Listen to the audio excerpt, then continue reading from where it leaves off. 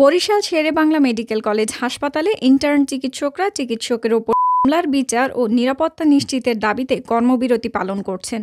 গতকাল থেকে শুরু হওয়া এই কর্মবিরতির কারণে হাসপাতালে চিকিৎসা সেবা ব্যাহত হচ্ছে। যদিও সিনিয়র চিকিৎসকরা দায়িত্ব পালন করছেন, তবুও ইন্টার্ন চিকিৎসকদের অনুপস্থিতিতে রোগীরা ভোগান্তিতে পড়েছেন।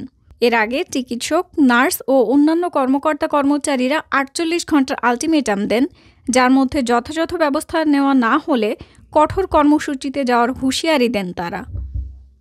প্রধান কথা হচ্ছে স্বাস্থ্য সংস্কার আন্দোলন, যে চলমান আন্দোলনটা আছে, আমরা আন্দোলনের সাথে পুরোপুরি একমত। স্বাস্থ্যের অনেক কিছু সংস্কার হওয়ার প্রয়োজন আছে, কিন্তু আমরা মনে করি না যে যেই ওয়েতে আন্দোলনটা হচ্ছে এটা কোনো সঠিক ওয়ে। ঠিক আছে, তো আমরা এর সাথে হলো সর্বপ্রথম আপনারা সবাই জানেন যে যেদিন হচ্ছে বরিশালে আমাদের ডিজি মহোদয় আসছেন, সেদিন হচ্ছে আমরা আমাদের ইন্টারভিউর পক্ষ থেকে 7 দফা দাবি দিয়েছি সংস্কারের।